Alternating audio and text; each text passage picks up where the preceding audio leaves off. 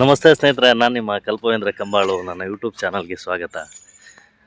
ನೋಡಿ, ಈ ಸಂಕ್ರಾಂತಿಗೆ ಇವತ್ತು ಒಂದು ಕಳೆ ಬಂದಿದೆ. ಯಾಕೆಂದರೆ 15 ದಿವಸದಿಂದ ಮೋಡಕ್ಕೆ ಹೋಗ್ಕೊಂಡು ಮಳೆನೂ ಇಲ್ಲ, ಬಿಸಿಲೂ ಇಲ್ಲ, ಒಂಥರ ಪರಿಸರನೇ ಅಲ್ಲೋಲ ಕಲ್ಲೋಲ ಆಗ್ಬಿಟ್ಟಿತ್ತು. ಸೊ ಸಂಕ್ರಾಂತಿಯ ಶುಭಾಶಯಗಳು ಎಲ್ರಿಗೂ. ಇದನ್ನು ಹುಗ್ಗಿ ಹಬ್ಬ ಅಂತಲೂ ಕರಿತೀವಿ.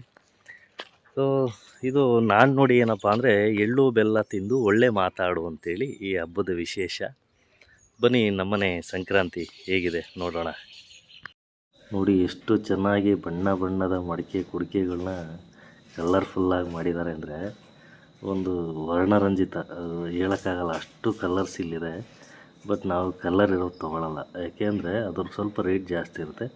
ಬಜೆಟ್ ಫ್ರೆಂಡ್ಲಿ ಮೇಂಟೈನ್ ಮಾಡಬೇಕಲ್ಲ ಮನೆ, ಅದಕ್ಕೋಸ್ಕರ ನೋಡಿ ನಾರ್ಮಲ್ ಮಡಿಕೆ ತೊಗೊಬಂದು ಅದಕ್ಕೆ ಮನೆಯಲ್ಲೇ ಸ್ವಲ್ಪ ವೈಟ್ ಪೇಂಟ್ ಮಾಡಿ ಅದಕ್ಕೆ ಕಲರಿಂಗ್ ಮಾಡ್ತಾರೆ ನಮ್ಮ ಮನೆಯವರು. ಪ್ರತಿ ವರ್ಷ ಇದೇ ಥರ ಮಾಡೋದು. ಪ್ಲಾಸ್ಟಿಕ್ ಬಳಸಬಾರ್ದು ಅನ್ನೋ ಉದ್ದೇಶದಿಂದ ಇದು ಮತ್ತು ಚೆನ್ನಾಗಿರುತ್ತೆ. ಹಳೆ ಕಾಲದ ಪದ್ಧತಿನಲ್ಲಿ ಮಾಡಬೇಕು, ಎಳ್ಳು ಬೆಲ್ಲ ಬೀರಬೇಕು ಅಂತೇಳಿ ಆ ಪದ್ಧತಿನಲ್ಲೇ ಇದನ್ನು ನಡೆಸ್ಕೊಂಬಂದಿದ್ದಾರೆ. ಸೊ ಇದೆಲ್ಲ ಪೇಂಟ್ ಹೊಡೆದು ಇಟ್ಟಿದ್ದಾರೆ ನೋಡಿ.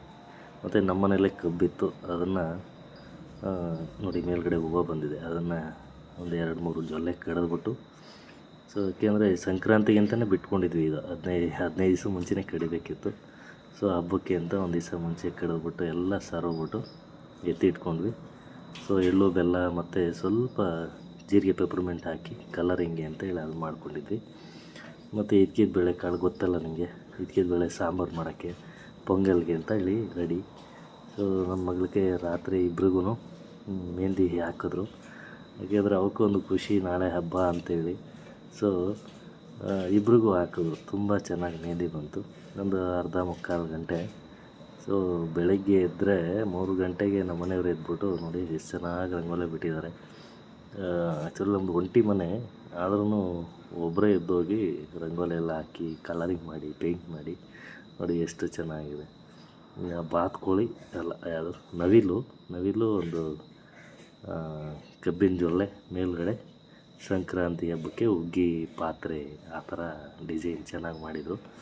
ಸೊ ನನ್ನ 4:15 ಎಬ್ಬರಿಸಿದ್ರು. ಎದ್ದರೆ ಆಲೆ ಚಿತ್ರಾನ್ನದ ಗೊಜ್ಜು ಮತ್ತು ಇದು ಗೆಣಸು ನೋಡಿ, ಬಿಸಿ ಬಿಸಿ ಗೆಣಸು ಎಲ್ಲ ಆಲ್ಮೋಸ್ಟು ಎಲ್ಲ ತಯಾರು ಮಾಡಿಬಿಟ್ಟಿದ್ರು. 1 ಅವರ್ 1.5 ಗಂಟೆಗೆ ಎಲ್ಲ ರೆಡಿ. ಮತ್ತು ಈಗ ಕಡಲೆಕಾಯಿ, ಗೆಣಸು, ಪೊಂಗಲ್ಲು, ಇದ್ಕಿದ ಬೇಳೆ ಸಾರು ಎಲ್ಲ ರೆಡಿ ಮಾಡಿ ನಾನು ಸ್ನಾನಕ್ಕೆ ಹೋಗ್ಬೇಕಿತ್ತು ಅಷ್ಟೇ. ಸ್ನಾನಕ್ಕೆ ಹೋಗಿ ಪೂಜೆ ಮುಗಿಸಿ ದೇವ್ರಿಗೆ ಎಡೆಗೆಲ್ಲ ರೆಡಿ ಮಾಡಿಕೊಟ್ರು. ಒಂದು 5-6 ಥರ ಐಟಮ್ ಎಲ್ಲ, ಪೊಂಗಲ್ಲಿಂದ ಹಿಡಿದು ಹುಗ್ಗಿ ಅನ್ನ ಅಂತ ಕರಿತೀವಲ್ಲ, ಎಲ್ಲ ರೆಡಿ ಮಾಡಿಬಿಟ್ಟಿದ್ರು. ಸೊ ನಾವು ಸ್ನಾನ ಮಾಡಿ ಪೂಜೆ ಮಾಡಿ ದೇವ್ರಿಗೆ ಎಡೆ ಕೊಡೋದು ಅಷ್ಟೇ ಬಾಕಿ ಇದ್ದಿದ್ದು. ಸೊ ನಮ್ಮ ಮನೆಯದು ಸಂಕ್ರಾಂತಿ ಅಂದರೆ ಇದು ಬೆಳಗಿನ ಜಾವ ಮಾಡೋದು ತುಂಬ ಸೂಕ್ತ. ಬೆಳಗಿನ ಜಾವ ಪೂಜೆ ಅಂದರೆ ಧನುರ್ಮಾಸ ಅಂತ್ಯದಲ್ಲಿ, ಅದಕ್ಕೋಸ್ಕರನೇ ಬೆಳಗಿನ ಜಾವ ಮಾಡಿದ್ರೆ ಹಬ್ಬ ತುಂಬ ಒಳ್ಳೆಯದು ಅಂತ ಹೇಳ್ತಾರೆ. ಸೊ ಧನುರ್ಮಾಸ ಅಂತ್ಯ ಅಂಥೇಳಿ ಬೇಗ ಎದ್ದು ಪೂಜೆ ಮಾಡ್ತೀವಿ. ಸೊ ಅದಾದಮೇಲೆ ಮತ್ತು ನಮ್ಮ ಮನೆಯವರು ಇಬ್ರಿಗೂ ಮೇಕಪ್ ಮಾಡಿ ಹೊಸ ಬಟ್ಟೆ ಹಾಕಿ ಎಲ್ಲ ರೆಡಿ ಮಾಡಿದ್ರು. ತುಂಬ ಚೆನ್ನಾಗಿ ನೋಡಿ ಎಷ್ಟು ಫೀಲಾಗಿ ಹಾಕ್ಸ್ಕೊತಿದ್ದಾಳೆ ನನ್ನ ಮಗಳು. ಏನೂ ಗೊತ್ತಿಲ್ಲ, ಅಮಾಯಕಿವಳು, ಸಿಕ್ಕಾಬಟ್ಟೆ ತುಂಟಿ ತೀಟೆ ಮಾಡ್ತಾಳೆ ನೋಡೋಕ್ಕೆ, ಆದರೆ ಇರೋದಂಗೆ ನೋಡಿ ಅಮಾಯಕಳು ಥರ ಇದ್ದಾಳೆ. ಸೊ ನೋಡಿ ಎಲ್ಲರೂ ರೆಡಿಯಾಗಿ ಇಷ್ಟು ಚೆನ್ನಾಗಿ ರೆಡಿ ಆದರು. ಸೊ ಅಷ್ಟೊತ್ತಿಗೆ ನಾನು ಸ್ನಾನ ಪೂಜೆ ಎಲ್ಲ ಮುಗಿದಿತ್ತಲ್ಲ, ಹಸು ಮೈ ತೊಳೆಯೋಣ ಅಂತೇಳಿ ಸ್ವಲ್ಪ ತುಂಟಿ ಮೈ ತೊಳೆಸ್ಕೊಳಕ್ಕೆ ಸ್ವಲ್ಪ ಹಿಂದೆ ಮುಂದೆ ನೋಡ್ತಾಳೆ, ಇಟ್ಕೊಂಡು ದಿನ ತೊಳೆದ್ರು ಅಭ್ಯಾಸ ಅದು. ಸಂಕ್ರಾಂತಿ ಹಸುಗಳಿಗೆ ಮೈ ತೊಳೆದು, ರಾಸುಗಳು ಅಂತ ಕರೀತಾರೆ. ಸೊ ಅದಕ್ಕೆ ಮೈ ತೊಳೆದು ಪೂಜೆ ಮಾಡಿ. ಸೊ ಇದು ಉದ್ದೇಶ ಏನಪ್ಪ ಅಂದರೆ, ಹಸುಗಳನ್ನ ಕೊಲ್ಲಬಾರ್ದು ಅನ್ನೋ ಒಂದು ಸಂಕೇತ, ಅಂದರೆ ದೈವ ಸ್ವರೂಪ. ಮತ್ತು ಇನ್ನೊಂದೇನಪ್ಪ ಅಂದರೆ, ವರ್ಷ ಪೂರ್ತಿ ರೈತನಿಗೆ ಬೆನ್ನೆಲುಬಾಗಿ ನಿಂತ್ಕೊಂಡು ವ್ಯವಸಾಯದಲ್ಲಿ ದವಸ ಧಾನ್ಯ ಬೆಳೆಯೋಕ್ಕೆ, ಸೊಪ್ಪು ತರಕಾರಿ ಹಣ್ಣು ಎಲ್ಲ ಬೆಳೆಸೋಕ್ಕೋಸ್ಕರ ಇವು ಹೆಗಲಾಗಿರ್ತವೆ. ನಾವು ಹಸುಗಳು, ಕರುಗಳು, ಎತ್ತುಗಳು. ಸೊ ಅದರಿಂದ ಈ ಸಂಕ್ರಾಂತಿಗೆ ಎಲ್ಲ ಕೆಲಸ ಮುಗಿದಿರುತ್ತೆ. ಅಂದರೆ ಒಕ್ಕಣೆ ಕಾರ್ಯ ಒಂದು ಬಿಟ್ಟು, ಅಂದರೆ ಕಣ ಮಾಡೋದು ಒಂದು ಬಿಟ್ಟು, ಇನ್ನು ಮಿಕ್ಕಿದೆಲ್ಲ ಉಳುಮೆ ಕಾರ್ಯಗಳು ಮುಗಿದಿರ್ತದೆ. ಸೊ ಹಂಗಾಗಿ ಹಸುಗಳ್ನ ಶುಚಿಯಾಗಿ ತೊಳೆದು ನೋಡಿ ಈ ಥರ ಅದು ಪೂಜೆ ಮಾಡಬೇಕು. ಪೂಜೆ ಮಾಡಿ ಸಂಕ್ರಾಂತಿ ಹಬ್ಬ ಮಾಡೋದು ಕಾಲದಿಂದನೂ ರೂಢಿಸ್ಕೊಂಬಂದಿದ್ದಾರೆ ನಮ್ಮ ರೈತರುಗಳು. ಮತ್ತು ನಮ್ಮ ಭಾರತದಲ್ಲಿ ಸನಾತನ ಧರ್ಮ ಎಲ್ಲಿದೆಯೋ ಅಲ್ಲೆಲ್ಲ ಅಷ್ಟೇ ಒಂದೊಂದು ರಾಜ್ಯದಲ್ಲಿ ಒಂದೊಂದು ಹೆಸರಿಂದ ಸಂಕ್ರಾಂತಿ ಹಬ್ಬ ಮಾಡ್ತಾರೆ. ಆ ಉದ್ದೇಶ ಬಂದು ಹಸುಗಳಿಗೋಸ್ಕರನೇ ಮಾಡಿದ್ದಾರೆ. ಅಂದರೆ ಗೋವಧೆ ಆಗಬಾರ್ದು ಅಂತೇಳಿ ಇದು ದೊಡ್ಡ ಉದ್ದೇಶ. ಮತ್ತು ಅವು ನಮಗೆ ಎಲ್ಲದರಲ್ಲೂ ಸಹಕಾರ ಆಗಿರ್ತವೆ, ಸಹಕಾರ ಕೊಟ್ಟಿರ್ತವೆ. ಅದಕ್ಕೊಂದು ಪೂಜ್ಯನೀಯ ಭಾವನೆಯಿಂದ ಒಂದು ಪೂಜೆ ಮಾಡಿ ನಾವು ಸಂತೋಷಪಟ್ಟು ಅವು ಖುಷಿಯಾಗಿದ್ದರೆ ಈ ಎಳ್ಳು ಬೆಲ್ಲ ಇದೆಲ್ಲ ಒಂದು ಶಾಖೋತ್ಪನ್ನ ಆಹಾರ ಅಂತಾರೆ. ಅದನ್ನು ಅವಕ್ಕೂ ಕೊಟ್ಟು ಪೂಜೆ ಮಾಡೋದು ಈ ಸಂಕ್ರಾಂತಿ ಹಬ್ಬ. ನಮ್ಮ ಮನೇಲಿ ಇರೋದು ಇದೊಂದೇ ಹಸು ಚಿಕ್ಕದಾಗಿದೆ. ಸೊ ಲಾಸ್ಟ್ ವೀಡಿಯೋದಲ್ಲಿ ಹಾಕಿದೆ, ನನಗೆ ಯಾರೋ ಹುಡುಗರೇ ಕೊಟ್ಟಿದ್ರು ನಮ್ಮ ಸ್ನೇಹಿತರು ಅಂತೇಳಿ. ಸೊ ಹಸುಗೆ ನೋಡಿ ನಮ್ಮ ಮಕ್ಕಳು ಪೂಜೆ. ಈ ಚಿಕ್ಕವಳು ಸ್ವಲ್ಪ ಭಯ, ಏನೋ ಮಾಡಿಬಿಡುತ್ತೆ ನನಗೆ, ಅದೇನೂ ಮಾಡಲ್ಲ. ನಾನು ದೊಡ್ಡ ಮಗಳ ಕೈಲಿ ಪೂಜೆ ಮಾಡಿಸಿ, ಯಾಕೆಂದರೆ ಲಕ್ಷ್ಮೀ ಸ್ವರೂಪ. ಸೊ ಹಂಗಾಗಿ ಪೂಜೆ ಕೊಡಲೇಬೇಕು, ಹಬ್ಬ ಮಾಡಲೇಬೇಕು. ಅದು ಸ್ವಲ್ಪ ಎಡೆ ಅದು ಇದು ಎಲ್ಲ ತಿನ್ನಿಸಿ ಖುಷಿಪಟ್ಟರು ನಮ್ಮ ಮಕ್ಕಳು. ಹೆಣ್ಣುಮಕ್ಳು ಇರ್ಬೇಕು ಮನೇಲಿ. ನೋಡಿ ಎಷ್ಟು ಚೆನ್ನಾಗಿ ಆಡ್ಕೊಂಡು ಕುಣ್ಕೊಂಡು ತುಂಬ ಎಂಜಾಯ್ ಮಾಡಿದ್ರು. ಮತ್ತು ಕಾಂಬಿನೇಷನ್ ಬಟ್ಟೆ ಅಲ್ವಾ, ಅವಕ್ಕೆ ಏನೋ ಒಂಥರ. ನಮ್ಮಪ್ಪ ನಮಗೂ ಅಷ್ಟೇ, ನನಗೆ ನನ್ನ ತಮ್ಮಂಗೆ ಒಂದೇ ಥರ ಬಟ್ಟೆ ಕೊಡಿಸೋರು, ನಮ್ಮ ಅಕ್ಕದಿರಿಗೂ ಅಷ್ಟೇ, ಅವರಿಬ್ರಿಗೂ ಒಂದೇ ಥರ ಬಟ್ಟೆ ಕೊಡಿಸೋರು. ಸೊ ಆ ಥರ ನಾವು ಅದೇ ನಡ್ಕೊತಾ ಇದ್ದೀವಿ. ಇರೋ ಹೆಣ್ಮಕ್ಳು ಒಳ್ಳೆ ಖುಷಿಯಾಗಿ ಅದೇ ಥರ ಬಟ್ಟೆ ಹಾಕಲಿ, ಚೆನ್ನಾಗಿರಬೇಕು. ನೋಡಿ ಅವ್ರ ಖುಷಿನೇ ಬೇರೆ. ಮಕ್ಕಳು ನಮ್ಮ ಮನೆಯವರು ಅವ್ರು ರೆಡಿನೇ ಆಗಿಲ್ಲ, ಮಕ್ಕಳು ರೆಡಿ ಮಾಡಿಕೊಂಡು ಮರೆತುಬಿಟ್ಟಿದ್ದಾರೆ. ತಾಯಿ ಹೃದಯ ಅನ್ನೋದು ಹಂಗೆ. ನನ್ನ ಮಕ್ಕಳು ನನ್ನ ಗಂಡ ಚೆನ್ನಾಗಿರಲಿ ಅನ್ನೋ ಭಾವನೆಯಿಂದ ಮಾಡ್ತಾರಲ್ಲ, ಸೊ ಅದು ಗ್ರೇಟು. ಅವ್ರಿಗೊಂದು ದೊಡ್ಡ ಧನ್ಯವಾದ. ಸೊ ಇದು ಸಂಕ್ರಾಂತಿ ಉತ್ತರಾಯಣ ಪುಣ್ಯಕಾಲ ಅಂತ ಹೇಳ್ತಾರೆ. ಈ ಪುಣ್ಯ ಕಾಲದಲ್ಲಿ ಭೀಷ್ಮ ಪಿತಾಮಹ ಇಚ್ಛಾಮರಣಿಯಾಗಿ ಹೊರ ಪಡೆದಿದ್ದ ಅವರ ತಂದೆ ಅಂತ, ಶಮಂತ ಅಂತೇಳಿ ಅವ್ರ ತಂದೆ. ಶರಶಯ್ಯ ಮೇಲೆ ಮಲಗಿದ್ದ ಭೀಷ್ಮನಿಗೆ ಸಾವು ಸಮೀಪಿಸಿದ್ರು ಸಹ ಉತ್ತರಾಯಣ ಪುಣ್ಯಕಾಲಕ್ಕೆ ಕಾಯ್ದುಬಿಟ್ಟು ಉತ್ತರಾಯಣ ಪುಣ್ಯಕಾಲದಲ್ಲಿ ಅವರು ಪ್ರಾಣತ್ಯಾಗ ಮಾಡ್ತಾರೆ, ಅಂದರೆ ಸ್ವರ್ಗಾರೋಹಣ ಮಾಡ್ತಾರೆ. ಅಂಥ ಪುಣ್ಯದ ದಿವಸ ಇದು ನೋಡಿ. ಸೊ ಅದಾದಮೇಲೆ ನಮ್ಮ ಶಿವಗಂಗೆಯಲ್ಲಿ ಗಿರಿಜಾ ಕಲ್ಯಾಣ ಅಂಥೇಳಿ ಮಾಡ್ತಾರೆ. ಇದು ವಿಶೇಷವಾದ ದಿವಸ. ನೋಡಿ ಎಷ್ಟು ಚೆನ್ನಾಗಿದೆ. ನೋಡಿ ಇದು ಉರ್ಗಂಬ ತೀರ್ಥಕಂಬ ಅಂತೇಳಿದೆ ನಮ್ಮ ಶಿವಗಂಗೆ ಬೆಟ್ಟದಲ್ಲಿ. ಆ ಉರ್ಗಂಬದಲ್ಲಿ ಪ್ರತಿ ವರ್ಷಕ್ಕೊಂದ್ಸರಿ ದೀಪ ಹಚ್ತಾರೆ. ತೀರ್ಥಕಂಬದಲ್ಲಿ ಪ್ರತಿ ವರ್ಷ ಸಂಕ್ರಾಂತಿಯ ದಿವಸ ಅದೇನು ಶುಭಗಳಿಗೆ ಇರುತ್ತೋ ಆ ಗಳಿಗೆ ಸಮಯಕ್ಕೆ ಸರಿಯಾಗಿ ತೀರ್ಥೋದ್ಭವ ಆಗುತ್ತೆ. ನೋಡಿ ಎಷ್ಟು ಚೆನ್ನಾಗಿದೆ.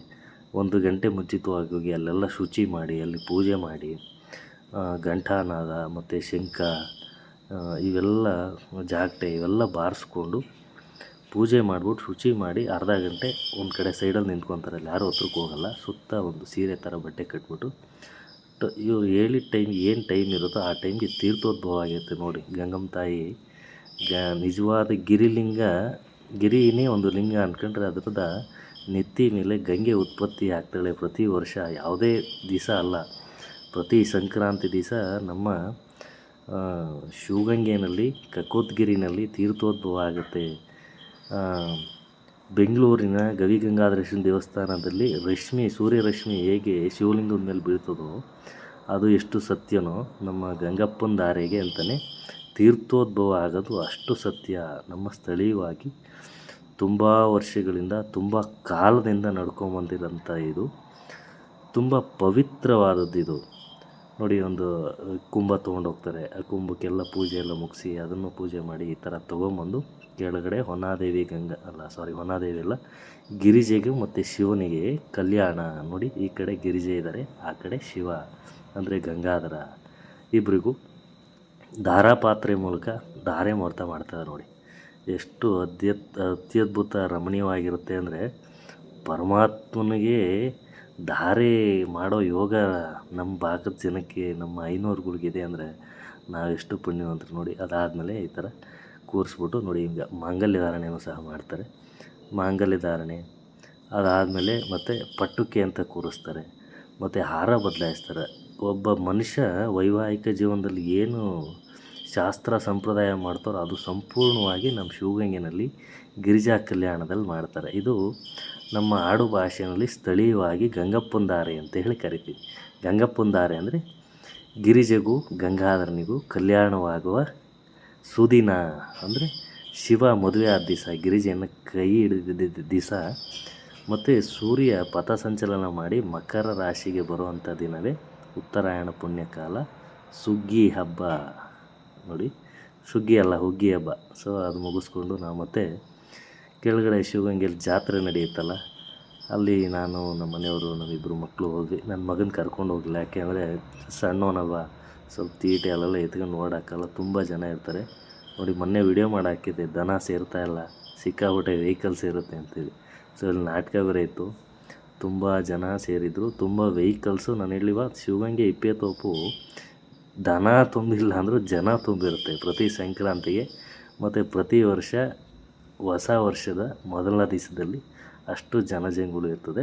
ಈ ವರ್ಷ ಅಷ್ಟು ಪ್ರಮಾಣದಲ್ಲಿ ಜನ ಇರಲಿಲ್ಲ, ಕಾರಣ ಏನಂತ ಗೊತ್ತಿಲ್ಲ. ಪ್ರತಿ ವರ್ಷ ಇನ್ನೂ ಭಾಳಷ್ಟು ಜನ ಇದ್ರು. ನೋಡಿ ಇದು ಎಂಟ್ರೆನ್ಸ್ ಉಪ್ಪರಿಗೆ ಅಂತ, ಉಪ್ಪರಿಗೆ ಬಾಗಿಲು ಅಂತ ಕರಿತೀವಿ. ನಮ್ಮ ಶಿವಗಂಗೆಗೆ ಹೋಗ್ಬೇಕಾದ್ರೆ ಸಿಗುವಂಥ ಮೊದಲನೇ ದ್ವಾರ ಇದು. ನೋಡಿ ಅಲ್ಲಿನವರೆಗೂ ಗಂಟೆ ಕಂಬ ಏನಿದೆಯೋ ಶಿವಗಂಗೆ ಬೆಟ್ಟದ ಎಂಟ್ರೆನ್ಸ್ವರೆಗೂ ಜನ ಇದ್ದಾರೆ. ಇದರ 2 ಪಟ್ಟು ಜನ ಪ್ರತಿ ವರ್ಷ ಇರೋರು. ಬಟ್ ಈ ವರ್ಷ ಗಂಗಪ್ಪನ ದಾರೆ ಪ್ರತಿ ವರ್ಷ ಬೆಳಗಿನ ಜಾವಕ್ಕೆ ಮುಗಿದೋಗೋದು. ಈ ವರ್ಷ ಮಧ್ಯಾಹ್ನ 12:57 ಇದ್ದಿದ್ದು ಆ ಸಮಯ, ತೀರ್ಥೋದ್ಭವ. ಮತ್ತು 2:15 ಗಿರಿಜಾ ಕಲ್ಯಾಣ ಇತ್ತು. ಸೊ ಅದಕ್ಕಾಗಿ ಸ್ವಲ್ಪ ಜನ ಕಡಿಮೆ ಆಗಿದ್ದಾರೆ ಅಂತ ಭಾವಿಸಿದ್ದೀನಿ.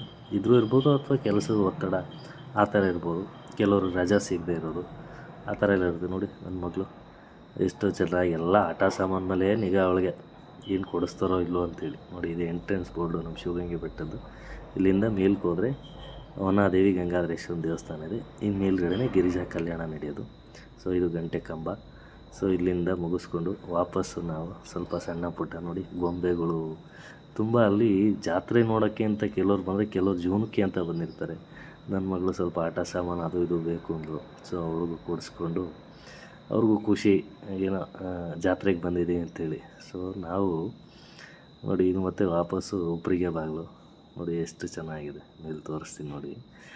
ಇದು ದಿವಸ ಓಡಾಡ್ತೀವಲ್ಲ, ನಮಗೇನು ಅನಿಸಲ್ಲ ನೋಡಿ. ಇಂಥ ವಿಶೇಷವಾದ ದಿನಗಳಲ್ಲಿ ವಿಶೇಷವಾಗಿ ಸಿಗೋದು.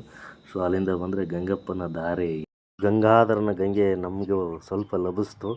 ಅದನ್ನು ಮನೆಗೆ ತೊಗೊಂಡು ಪೂಜೆ ಮಾಡಿ, ಎಲ್ಲರೂ ತೀರ್ಥ ಸೇವನೆ ಮಾಡಿ, ಮನೆಗೆಲ್ಲ ಪ್ರೋಕ್ಷಣೆ ಮಾಡಿ, ಇದು ವಿಶೇಷವಾಗಿ ಸಿಕ್ಕಿದ್ದು ನಮ್ಮ ಪುಣ್ಯ ಅಂತ ನಾವು ಭಾವಿಸಿದ್ದೀವಿ. ನೋಡಿ ಎಷ್ಟು ಚೆನ್ನಾಗಿದೆ, ತೀರ್ಥ ಸಿಗೋದು ಪುಣ್ಯ ಅಲ್ವೇನ್ರಿ.